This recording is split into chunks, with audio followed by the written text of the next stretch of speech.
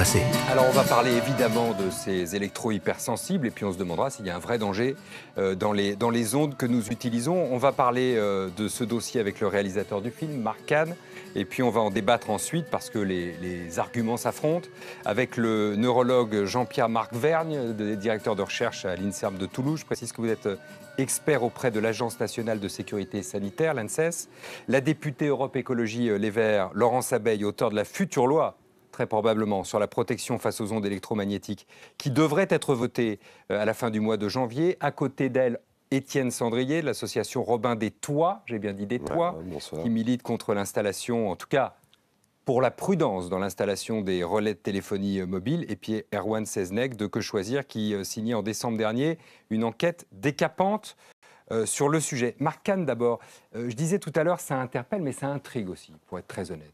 Quand au début de votre film, on a le sentiment d'être parachuté au milieu d'adeptes d'une secte un peu étrange, qui se réunit au milieu des forêts, qui dit ne plus supporter le téléphone. Bon.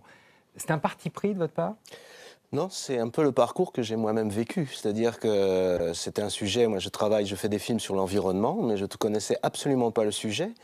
Et je dois dire même, j'en avais entendu parler sans jamais que ça n'imprime en moi comme un sujet à traiter. Donc, oui, vous n'êtes pas dit, vous avez un téléphone portable ? J'avais un téléphone portable, j'avais du Wi-Fi. Oui, j'avais du Wi-Fi. Ouais. J'avais un DECT, c'est-à-dire le téléphone sur socle. Enfin voilà, j'utilisais ces technologies chez moi avec des enfants. Et j'avais même eu des parents de l'école de mon village qui s'étaient émus de la proximité très proche d'une antenne relais sur l'école, où vont mes enfants. Et je n'avais pas pensé à l'époque les rejoindre. C'est parce que j'ai eu une amie avec laquelle j'ai travaillé. Donc je la connaissais pendant 4-5 ans, on avait fait des choses ensemble. Qui tout d'un coup, j'avais plus de nouvelles d'elle, et quand j'ai eu des nouvelles, c'était pour me faire dire qu'elle était électro-hypersensible, et son mari étant médecin, que j'ai commencé à m'intéresser à ça. Alors je suis allé la voir d'ailleurs en premier lieu simplement par empathie, une relation d'amitié, par amitié tout simplement. Puis elle a commencé à me parler de ses problèmes, et puis j'ai dit mais c'est quoi ces problèmes ? Et puis là j'ai commencé à regarder sur internet, j'ai vu qu'elle n'était pas la seule. J'ai vu l'incompréhension qu'elle avait aussi dans sa famille, mais j'ai vu que cette incompréhension se retrouvait dans tous les témoignages que je voyais sur internet toujours. J'ai fait un appel moi-même à témoignages que j'ai lancé un peu comme ça, comme on lance. Pour voir ce qui allait advenir. Au bout d'une semaine, j'avais une trentaine de mails très précis, de témoignages très longs, très précis de personnes qui m'envoyaient leurs souffrances, que j'ai après appelé au téléphone. Et ça a duré 6 mois où j'ai vu, si vous voulez, à la fois ces témoignages-là. J'ai vu les enquêtes scientifiques qu'on voyait, celles qui pensaient, qui disent qu'il y a un problème de santé, et puis également toutes celles qui disent qu'il n'y a aucun souci. J'ai vu également. Officiellement, encore une fois, c'est pas une maladie. Ouais, j'ai vu sur les forums tous les arguments qui sont développés en disant mais non, c'est une vue de l'esprit. Donc j'en savais pas trop. Et combien de temps d'enquête au bout du compte ? 6 mois comme ça, et puis il y a eu ce rassemblement des électrosensibles dans la forêt dessous, qui commence le film d'ailleurs, la première séquence. Et là, je me suis dit, la seule façon finalement d'avoir le cœur net, c'est de vivre avec eux pendant une semaine. C'est ce que j'ai fait. Alors, je dois dire que j'avais le producteur du film qui était très réticent, en me disant, mais écoute, c'est peut-être une phobie. Enfin voilà, tout le monde me renvoyait ça. Hein. Et puis, je lui ai dit, écoute, viens voir avec moi et on va se faire une idée ensemble. Au bout d'une semaine, devant les récits, la cohérence de tout ce que nous vivions avec eux. C'est-à-dire, c'est pas seulement les récits, c'est tout d'un coup, c'est une foule de petits détails qui est parfaitement cohérent. Vous voulez dire que tout le monde raconte la même histoire, c'est ça ? Sans avoir a priori d'opposition au téléphone portable, au Wi-Fi, au programme. C'est pas une secte d'écolos. Non. C'était des gens qui venaient de la ville. Oui, il y a des écolos en ville. Hein. Oui, mais je veux dire, on avait un prof d'informatique, on avait des gens qui travaillaient dans la téléphonie mobile, on avait des anciens d'IBM, on avait des agriculteurs, on avait vraiment des profils très différents. Ça, déjà, ça nous a marqué. Et puis, tous avec des récits de vie. J'arrête parce que cette image, elle est frappante. Quand vous croisez des gens comme ça en ville, ce sont généralement des électrosensibles, c'est-à-dire des gens qui se protègent des ondes. C'est un peu le signe. Mais vous voyez la femme là, qui est peut-être derrière nous, là, qui se tord de douleur, elle venait par exemple témoigner à Montpellier sur ce sujet-là, cette fille, donc elle venait apporter son témoignage. C'est une fille qui est devenue électro-hypersensible. Elle était à la faculté de Toulouse et elle faisait des études. Et puis, il y a une antenne relais qui était bâtie en face de sa chambre. Et en un an, elle n'a pas pu suivre la deuxième année parce que la deuxième année, elle a eu tous les symptômes qui arrivaient sans jamais qu'elle remarque cette antenne. Et à un moment, elle a remarqué cette antenne. Et pourquoi je n'arrive plus à apprendre? Pourquoi j'ai mal à la tête? Pourquoi je suis fatiguée? Enfin, elle ne pouvait plus suivre ses études. Et là, elle venait pour témoigner. Il y avait du Wi-Fi dans cette faculté. Elle n'a pas pu rentrer. Moi, je l'ai suivie avec ma caméra parce qu'au départ, j'étais... Bon, voilà, quelqu'un qui... Quelles caméras sont équipées, il faut le savoir, notamment pour la prise de son, deux systèmes de Wi-Fi. Hein. Non, mais moi, je ne l'ai pas. J'imagine bien. Je ne l'avais pas. Parce que vous avez un peu basculé quand même. Non. Maintenant, vous avez un parti pris très clair. 2011, je n'avais pas... Enfin, une caméra émet des ondes d'une autre façon. Oui. Mais disons que j'ai suivi cette fille et je l'ai vue... je l'ai vue rentrer dans cette salle, ne plus savoir où entrer, puis sortir et se tordre de douleur parce qu'elle était rentrée dans ce lieu où il y avait du Wi-Fi. Donc vous dites... Au moment où elle est sortie, il y avait une centaine d'étudiants qui sortaient avec leur portable, qui rallumaient tout. Vous dites, ils chiquent pas, c'est-à-dire ils racontent pas d'histoire. En règle... Enfin, oui, absolument. Ouais. Et deux, vous avez, vous, la certitude que c'est lié aux ondes des téléphones portables, du Wi-Fi, des téléphones sans fil qu'on a à la maison, etc. Tout dans les récits. Et le film est construit comme ça. Oui, c'était très logique. Hein. C'est une démonstration. Ouais, tout dans le récit laisse penser, pour moi, la preuve scientifique, c'était eux d'abord. Je me suis dit, mais pourquoi ne pas les croire avant de les avoir écoutés? C'est un peu... Eh ben, c'est ce qu'on a fait, effectivement. C'est ce qu'on va continuer à faire d'ailleurs, parce qu'on va les réécouter. Ça bourdonne. Et ça bourdonne avec un appareil, vous l'avez peut-être vu dans le film tout à l'heure, à la main. C'est le visage de Bernard quand il traverse un village où tout d'un coup, il y a un émetteur. Et puis on l'entend aussi dans la bouche de Marine qui ne supporte même plus que la caméra, votre caméra, s'approche d'elle. Écoutez. C'est le château d'eau du village qui est plus haut là-haut. Et là, on se rend compte qu'un château d'eau qui a 2,5 km, 3 km, ici, il rayonne de trop pour que je puisse rester. Et les villages, tels que ce village-là, quand je le traverse, à la sortie, je me sens plus fatigué. Douleur intense comme une brûlure au laser, très précisément dans une partie du cerveau, la plupart du temps la partie frontale ou du côté où se trouve la source des émissions. La douleur serait de 8 sur 10 sur une échelle. Rupture de l'enchaînement normal des pensées, perte de la mémoire de fixation. Par exemple, si je gare ma voiture, je ne sais plus la retrouver. Brûlure qui démange, visible au niveau du décolleté, 4 sur 10. Confusion, impossibilité de me concentrer, difficulté à m'exprimer clairement, perte de certains mots. Jean-Pierre Marc-Vergne, vous avez été longtemps neurologue, vous êtes aujourd'hui directeur de recherche à l'INSERM, je le disais. Après avoir vu ce film, vous dites toujours il n'y a pas de lien avéré? C'est ça la position scientifique officielle? C'est la position scientifique officielle. C'est la position de l'ANSES, qui est l'agence auprès de laquelle vous êtes expert. Oui, actuellement, pas tout à fait quand même. Enfin, là, je ne peux malheureusement pas m'exprimer clairement parce que nous préparons un rapport sur le sujet qui va sortir, je pense, à la fin du printemps ou si nous n'arrivons pas à tenir les délais, nous le sortirons début septembre. Donc nous sommes en train de voir très attentivement toute la littérature. Nous avons auditionné, nous sommes en cours d'audition des associations, de médecins qui reçoivent ces patients dans leur service. Et bien sûr, nous faisons la revue de la littérature. Donc nous avons une synthèse à faire entre tout cela. Donc vous êtes en train de bouger sur vos positions, c'est ça que vous êtes en train de me dire?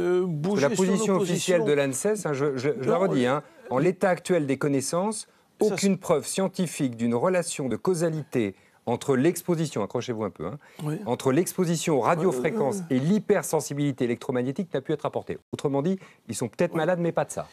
Ça, c'était la conclusion du rapport de 2009 sur l'hypersensibilité électromagnétique. Depuis, il y a eu une soixantaine de publications. L'ANSES a actuellement une attitude d'ouverture sur cette question. Voilà. Comment expliquer aujourd'hui, pour ceux qui disent que ça n'est pas lié, comment explique-t-il, par exemple, les maux de tête, les symptômes que décrivait Marine? Alors, il y a actuellement plusieurs hypothèses. Et là, c'est au neurologue que je parle. Oui. Il y a actuellement plusieurs hypothèses qui ont été avancées. Même dans le film, à certains moments, on voit le professeur Lerus, le professeur Belpomme, etc., qui évoquent certaines hypothèses. pour l'instant, à notre connaissance... Alors, je dois dire que j'ai appris dans ce film que M. Leruz avait fait un rapport sur les radars il y a déjà On va en parler tout à l'heure, quelques années, et que je ne connaissais pas. Je ne le connaissais pas, pourtant j'ai rencontré plusieurs fois le professeur Leruz. On n'avait jamais abordé cette question. Comment explique-t-on alors les maux de tête, par exemple Autrement dit, est-ce que ce sont des migraineux qui se sont trouvés une cause à leur migraine? Non, la migraine est maintenant reconnue comme une maladie. Oui. Hein, et pourtant, elle ne présente, enfin chez les migraineux, il n'y a aucun symptôme objectif, ce qu'on appelle symptôme objectif, des anomalies à l'examen clinique, à l'examen biologique, en radiologie. Et pourtant, on a réussi à caractériser un tableau clinique. Pour l'instant, ce qui nous manque beaucoup actuellement pour avancer dans cette question, c'est, j'allais dire, un questionnaire qui puisse distinguer ces personnes, si c'est possible, par exemple, des personnes qui sont sensibles aux odeurs chimiques. On en a parlé dans le film. Pour les odeurs chimiques, nous avons actuellement... Les phtalates, les choses comme ça. Les gens qui se plaignent d'une sensibilité aux odeurs chimiques... Qui leur donnent des maux de tête terribles. Qui leur donnent des symptômes qui ressemblent. Il n'y a jamais eu une étude comparative. Comme vous êtes prudent quand même, hein, on avance doucement. Hein. Bon, la science veut cela, si vous voulez, il faut être prudent. Hein, la science avance pas à pas. Il faut être enthousiaste, patient... Et le plus rationnel possible. Oui, c'est ce que j'entends. C'est toujours très difficile à concilier. Le politique, lui, répond à quoi?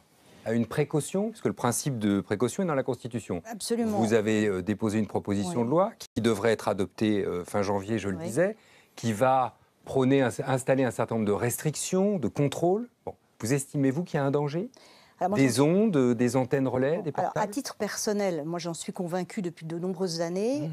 C'est vrai, ayant vu ce type de documentaire, ayant rencontré des personnes souffrant d'électro-hypersensibilité, ça a été renforcé dans mon travail parlementaire, en parlant d'ailleurs avec les parlementaires de ce sujet-là, parce qu'eux-mêmes, en fait, sont sensibilisés à cette question-là par le biais d'amis, de connaissances. Et donc, j'ai même été moi-même surprise de voir que ce sujet qu'on voulait vraiment écarter, en fait, il touche beaucoup d'élus locaux dans leur vie quotidienne.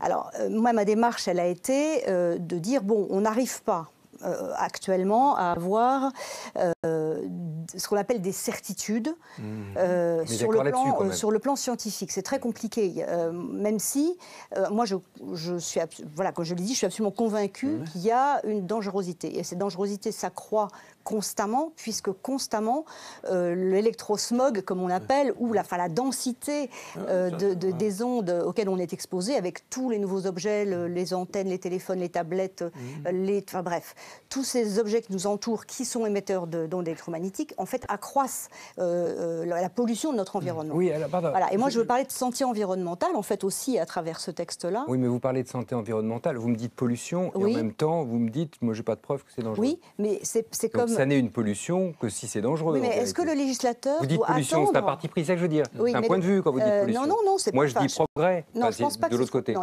on sait très bien que les ondes électromagnétiques ont un impact sur l'environnement. Ça, c'est absolument incontestable. Bon. Oui, bon. Oui, bien sûr. Juste un mot. Je crois qu'il faut distinguer ce qui peut être un effet purement biologique, c'est-à-dire entièrement réversible et sans séquelles, d'un effet sanitaire, c'est-à-dire le déclenchement d'une pathologie. Il y a par exemple d'une tumeur. Par exemple, une tumeur. Mais il y a eu mais il peut y avoir, sans tomber dans la gravité de la tumeur, il peut y avoir d'autres pathologies moins graves, mais néanmoins sérieuses et à prendre en compte, à condition qu'on ait, j'allais dire, des bases sur lesquelles s'appuyer pour le diagnostic et pour le traitement. J'ai un perplexe là-bas au fond, c'est Arwan Seznay. Oui, j'aurais voulu... Qui vous regarde. Oui, je vais vous redonner la parole, ne vous inquiétez pas, puis on rentrera dans le détail de votre loi parce que c'est important. Non, mais c'est bien, c'est le principe du débat. Un exemple de pathologie créée par le rayonnement électromagnétique, c'est un coup de soleil. Hein. Le soleil, ce sont des ondes électromagnétiques. Aux États-Unis, il y a un concours qui existe depuis de nombreuses années, qui s'appelle le $1 million Paranormal Contest. La première personne qui arrivera à détecter des ondes de téléphone portable ou de Wi-Fi, sans les voir, à l'aveugle, gagnera $1 million. Ça fait 10 ans que le concours existe. Personne ne s'est présenté. Il y a 4 milliards de lignes de téléphone portable en service en France. Il y a 66 millions, 44 milliards dans le monde, 66 millions en France. On a quelques centaines de personnes qui se disent électrosensibles. Le noyau vraiment très souffrant. Les associations disent 2000, mais on ne va pas avoir de bataille de chiffres. Le noyau vraiment très souffrant, c'est quelques dizaines de personnes. J'en ai rencontré un certain nombre. certaines, manifestement, psychosomatisent excessivement. J'en ai rencontré une qui, par exemple, se sentait très très mal parce qu'elle avait dû utiliser un GPS de voiture qui n'émet rien, qui capte un signal venu du ciel. Voilà où on en est aujourd'hui. À Que Choisir, on n'a pas changé de position depuis 2008. La dangerosité n'est pas avérée.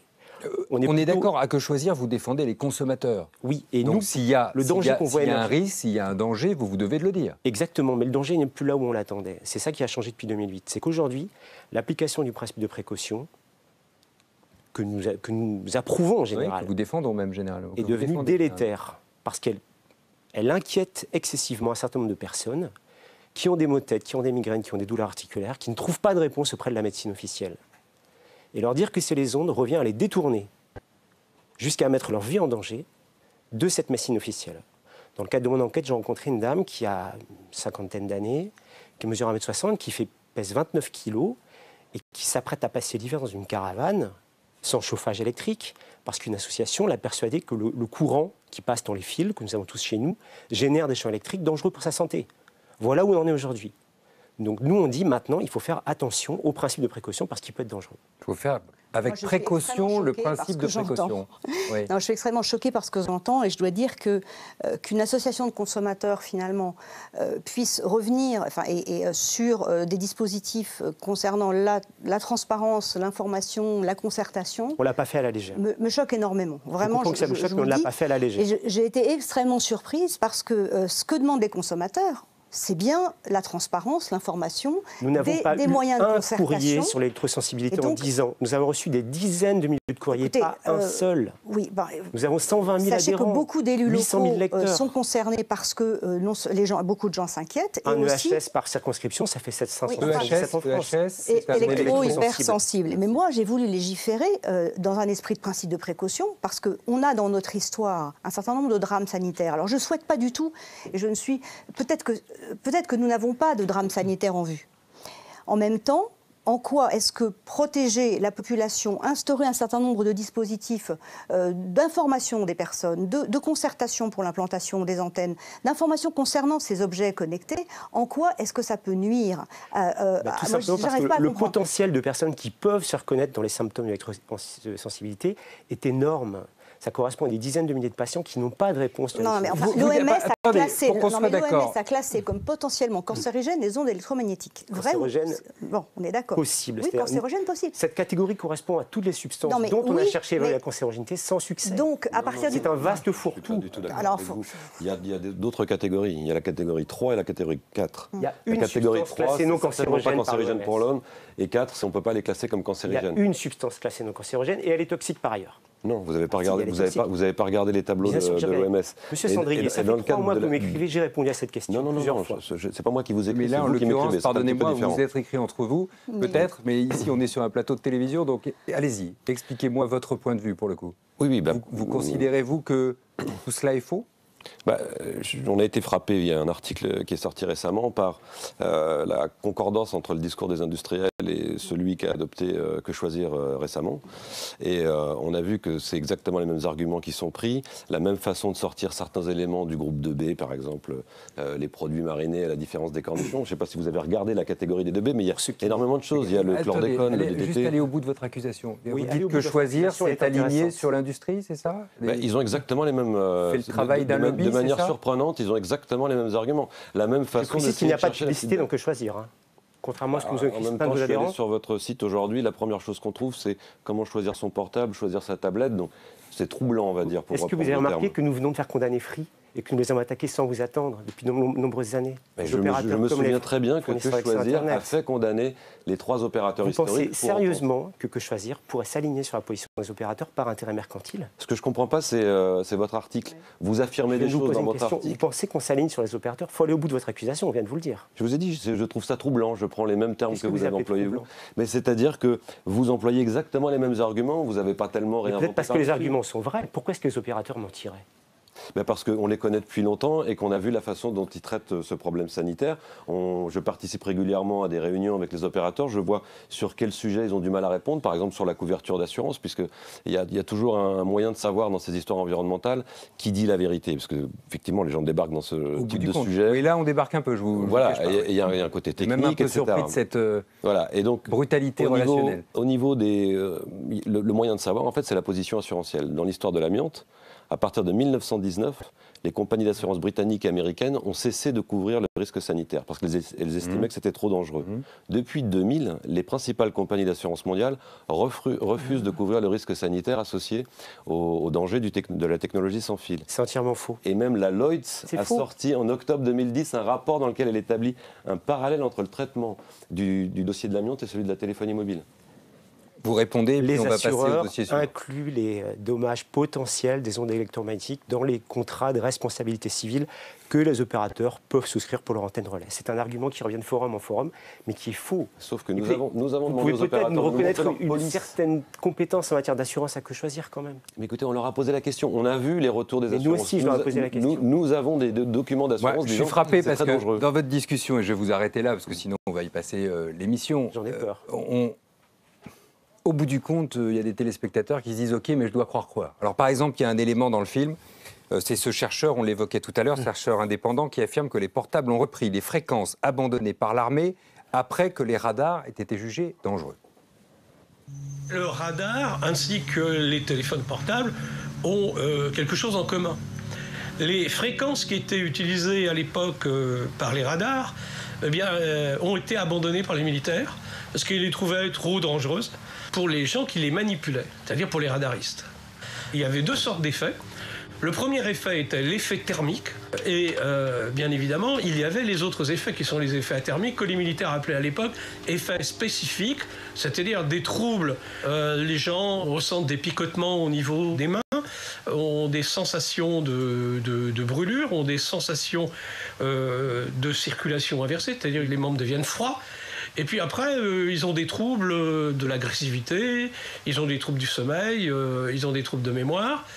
Et puis lorsqu'on va voir un peu plus loin, lorsqu'on fait une analyse de sang, on s'aperçoit que les hormones réparties dans le plasma du sang sont réparties de façon anormale. Et quand on regarde les globules blancs qui nous défendent contre les microbes, qu'on appelle les leucocytes tueurs, eh bien il n'y en a presque plus, donc on ne peut plus se défendre. Ça vous a troublé, ça, Jean-Pierre Marc-Vagn? D'abord, est-ce que c'est vrai que les fréquences des téléphones portables ont repris les anciennes fréquences des radars? Ça, je le découvre, je l'ai découvert dans le film. Je n'ai pas eu le temps, puisque je n'ai vu le film qu'hier. Ouais. Donc je n'ai... Mais je vais le vérifier. Je vais le vérifier. Bon, ce qu'on utilise actuellement dans les radars sont des fréquences nettement plus élevées, autour de 4 GHz, 4,5 GHz, alors que même la 4G actuellement ne monte pas aussi haut, si vous voulez. Donc, ce sur quoi on dispose le plus d'éléments, c'est sur la deuxième génération, qui a été la plus répandue, qui est à 900 MHz, donc qui est nettement plus basse. Alors, est-ce qu'il y a eu des radars? Plus c'est bas, plus c'est fort. Quel est le... C'est une question de fréquence. Ouais. La fréquence, justement pour les radiofréquences en général, ont une pénétration dans le corps qui dépend de la longueur d'onde ou de l'inverse de la fréquence. Et donc, j'allais dire, le 900 MHz pénètre plus profondément que le 1800 ou le 2000. Voilà. Dans le rapport de 2009, on avait fait un tout petit chapitre sur les radars, mais on n'avait pas connaissance de ce travail de l'Eurus. Donc, je crois qu'il faut qu'on le lise, qu'on voit attentivement, qu'on voit avec les radaristes comment les choses ont évolué. Mais il n'est pas impossible qu'effectivement des choses aient été décrites. J'entends que vous n'êtes toujours pas convaincu de la dangerosité du téléphone portable. Alors, et de ces ondes. Là, c'est un autre problème. J'allais dire, le problème de l'hypersensibilité électromagnétique est une chose, et puis les problèmes pathologiques en sont une autre. Jusqu'à présent, le grand débat, et il est loin d'être résolu, porte sur le risque de tumeur cérébrale. Donc il y a tout un ensemble de pathologies sur lesquelles donc, il y a des travaux, notamment d'une équipe suédoise, et récemment d'une étude française qui soulève le problème d'un risque chez les gros utilisateurs au-delà de 10 ans. Et en sens inverse, il y a une grande étude internationale qu'on appelle Interphone, qui a eu des résultats mitigés et qui a été très difficile à publier. Dieu sait si on a sollicité les gens pour qu'ils publient, hein, mais ils n'étaient pas d'accord entre eux. Mais je vois bien, et je le vois sur ce plateau ce soir, et c'est tout à fait frappant. C'est-à-dire on pose une question et en vérité, la réponse est « c'est compliqué ». C'est compliqué. Voilà ce que j'entends, c'est compliqué. Et quand on entend des scientifiques « c'est compliqué, on ne sait pas répondre clairement », vous, le politique, vous répondez bah, « on va faire une loi au cas où ». On agit. Alors, votre loi prévoit quoi, par exemple ? Alors, la loi s'appelle sobriété, information, concertation en matière d'exposition aux ondes électromagnétiques. Donc, en fait, c'est un peu un résumé, finalement, de l'objectif de la loi. Sachant que voilà, la loi, c'est d'abord la sobriété dans l'exposition aux ondes électromagnétiques. Ça fait partie maintenant, enfin ça fera partie, ça a été voté déjà 2 fois à l'Assemblée et au Sénat et ça revient donc à l'Assemblée nationale. Et donc ça fera partie des objectifs du Code des postes et télécommunications d'appliquer cette sobriété à l'exposition. Ça veut dire quoi, c'est une façon de parler de principe de précaution. Simplement, comme on ne peut pas parler de principe de précaution pour des tas de raisons, pour moi, un peu compliquées, je n'arrive pas bien. Et ça voudrait dire qu'on est un peu ça veut dire au modère. Sobriété, c'est au modère. Ça veut dire sobriété, on fait aussi bas que possible. Et c'est l'idée, en fait, d'instaurer, par exemple, des émissions le plus bas possible, des expositions. Voilà, oui, il faudrait exposer le moins possible, tout en ayant une couverture, c'est-à-dire une possibilité d'utiliser le téléphone portable. Voilà. Donc l'idée, c'est d'être exposé le moins possible, tout en ayant, donc je dis, cette couverture de service. Mais l'autre point fondamental, c'était, en lien beaucoup aussi avec les territoires, les élus locaux, c'est de dire comment on fait pour que l'implantation des relais de téléphonie mobile se fasse dans l'information des riverains, des personnes, y compris des élus, que quand il y a une modification sur une antenne, de la même façon, on soit informé, et que s'il y a un problème, il puisse y avoir une concertation, laquelle concertation peut aller jusqu'au plus haut niveau, c'est-à-dire l'Agence nationale des fréquences, qui donc organisera un conseil de suivi et de dialogue qui peut être une instance de médiation nationale. Erwan Seznec, parce qu'aujourd'hui, quand un opérateur installe une antenne relais, il a besoin d'une autorisation, j'imagine, non ? Mais on ne lui demande pas de savoir à quel... Non. Aujourd'hui, il n'y a quasiment aucun... pardonnez-moi, mais enfin, c'est... L'usage est de consulter le maire. Le contentieux est en train de disparaître. Il y a très très peu de recours aujourd'hui contre les installations d'antennes. Et en général, les opérateurs gagnent 99,9%. Il faut juste d'un mot préciser. Si on fait du droit, c'est parce qu'on a coupé la possibilité aux citoyens de solliciter le juge judiciaire en matière d'implantation d'antennes relais. Donc c'est systématiquement chez le juge administratif qui est naturellement plus favorable aux opérateurs en général et aux institutions globalement. Pourquoi est-ce que la justice administrative serait favorable aux opérateurs? Grand Dieu! Mais c'est comme ça. Il se trouve qu'on avait gagné... Après que choisir, la justice est vendue maintenant. Mais non, pas du tout. C'est pas que ça. C'est pas que choisir. Vous sautez un peu vite aux conclusions quand même. Oui.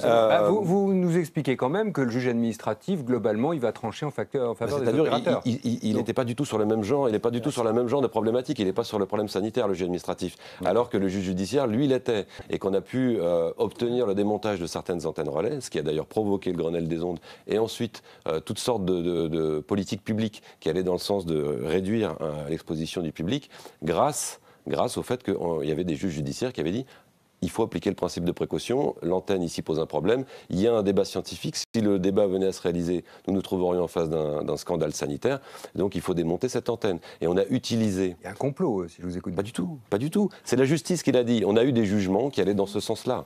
Et puis tout d'un coup, le tribunal de cassation s'est dessaisi au profit du tribunal des conflits, qui est une espèce de panaché.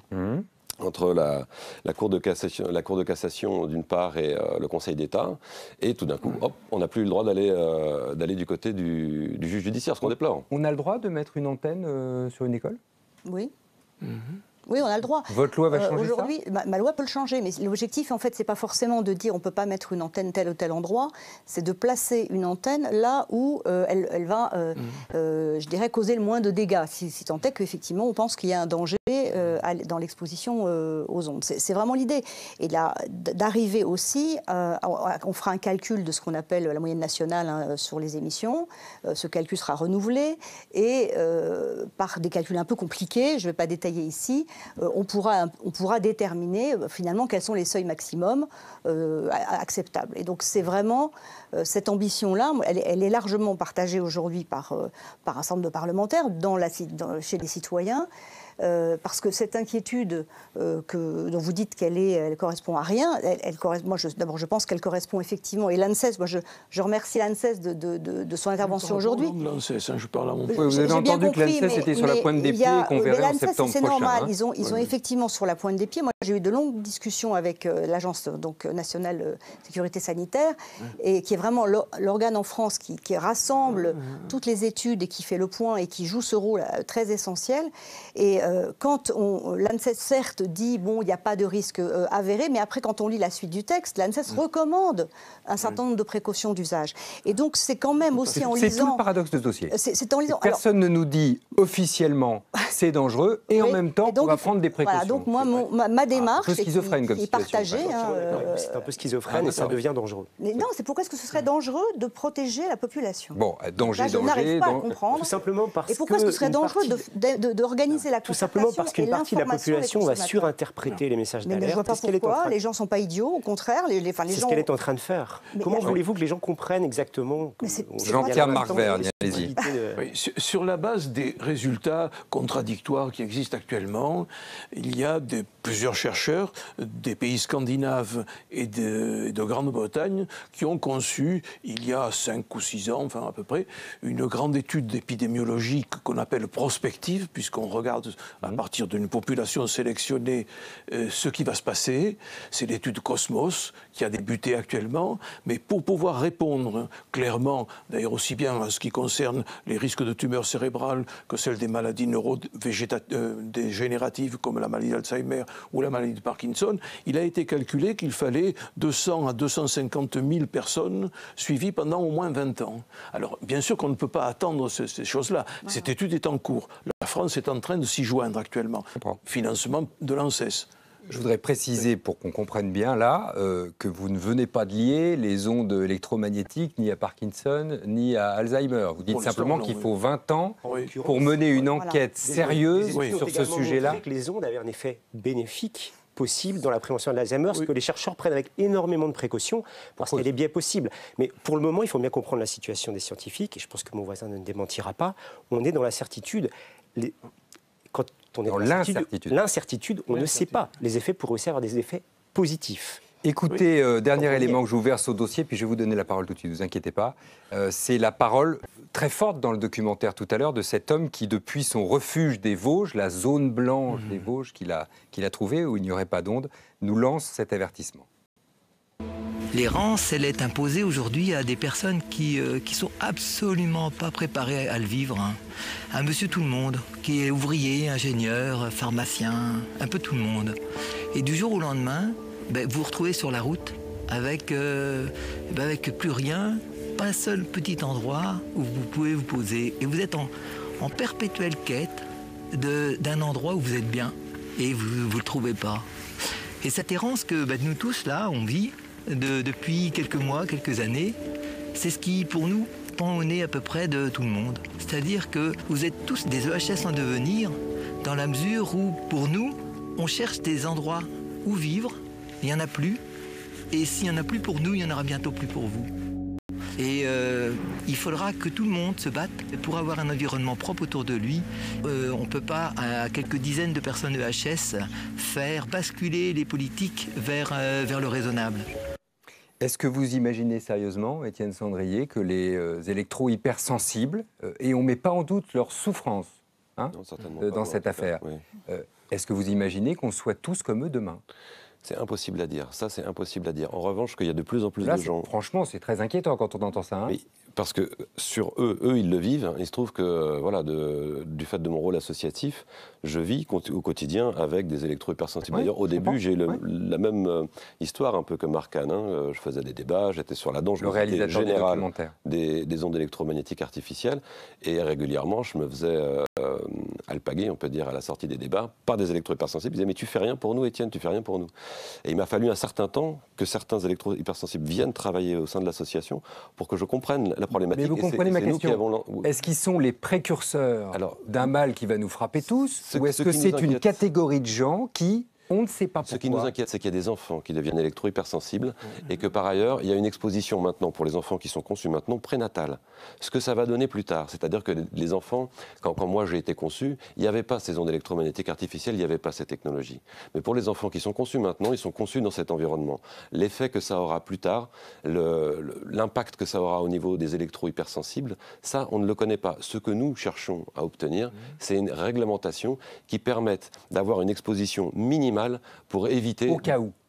Pas simplement au cas où, pour éviter des pathologies. Parce que pour nous, le débat scientifique, en fait, on est sur une position où pour nous, les choses sont claires. On sait déjà que c'est dangereux de toutes sortes de manières. Il y a encore des mécanismes sur lesquels il faut travailler. Vous dites on sait, d'autres disent on ne sait pas. Donc on va faire attention. Il y a des rapports anciens. Je suis tombé récemment sur un rapport de la NASA qui date de 1980. Et puis d'autres qui disent l'inverse. Et qui parlait déjà d'électro-hypersensibilité. Donc la NASA, c'est pas des petits... je parle de la dangerosité, pas de l'électro-hypersensibilité.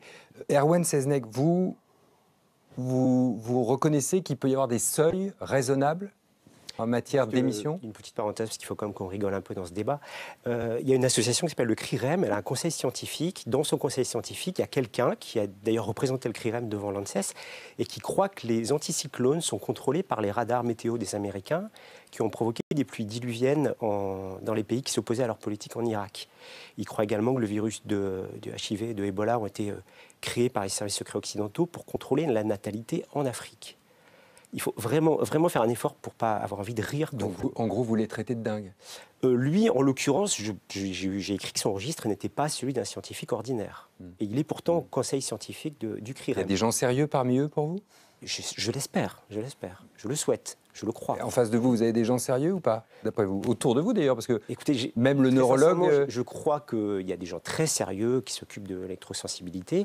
Je crois aussi qu'il y a des gens qui souffrent énormément et que la souffrance parfois peut faire perdre la lucidité.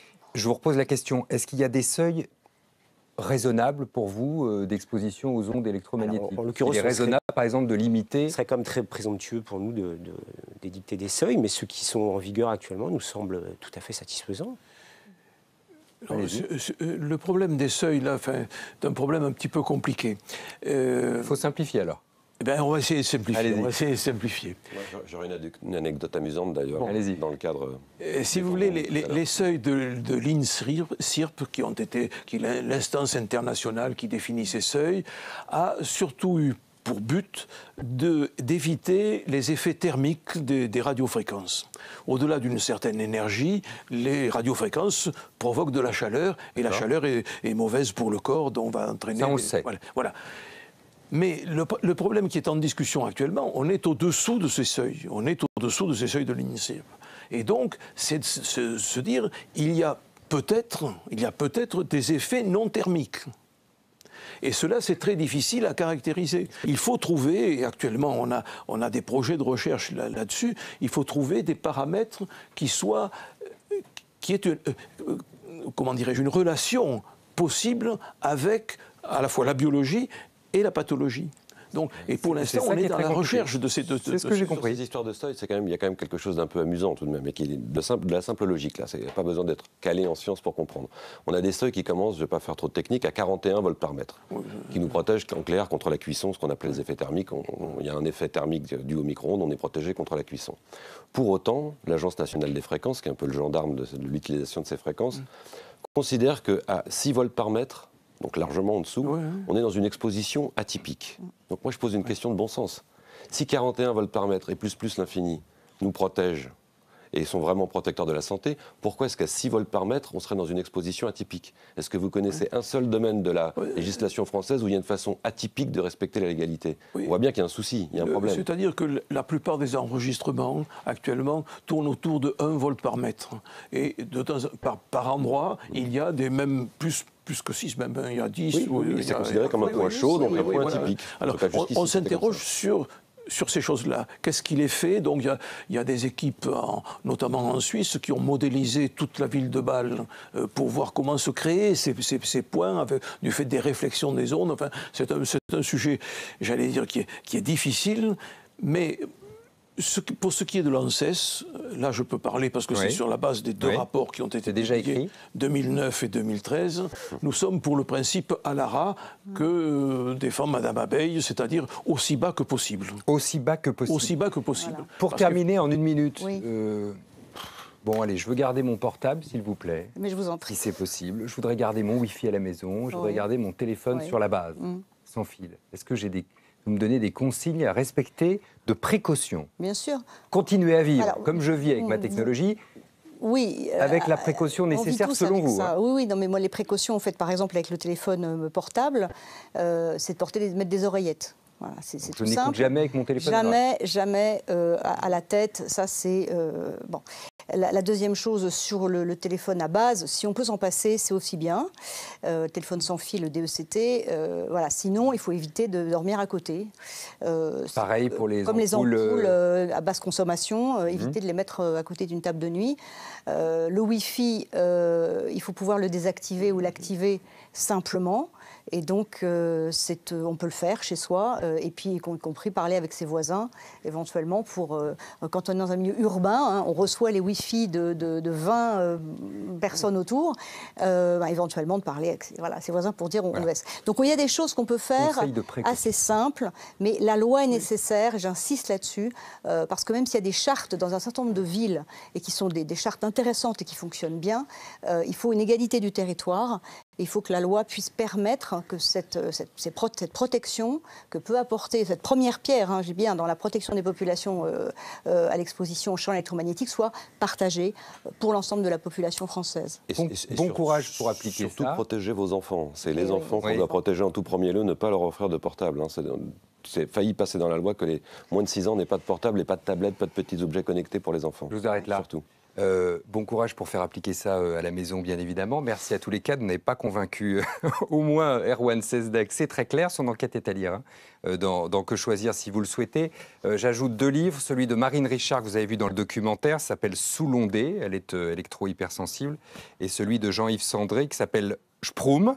Roman avorté et récit de mon mal, c'est publié chez Actes Sud. Ça, c'est pour compléter votre documentation. Merci encore une fois. La semaine prochaine, avec Claire Barsac, on évoquera l'Empire Nestlé. On sera de retour en Afrique avec le rôle des multinationales là-bas. Je vous dis à très vite sur Public Sénat.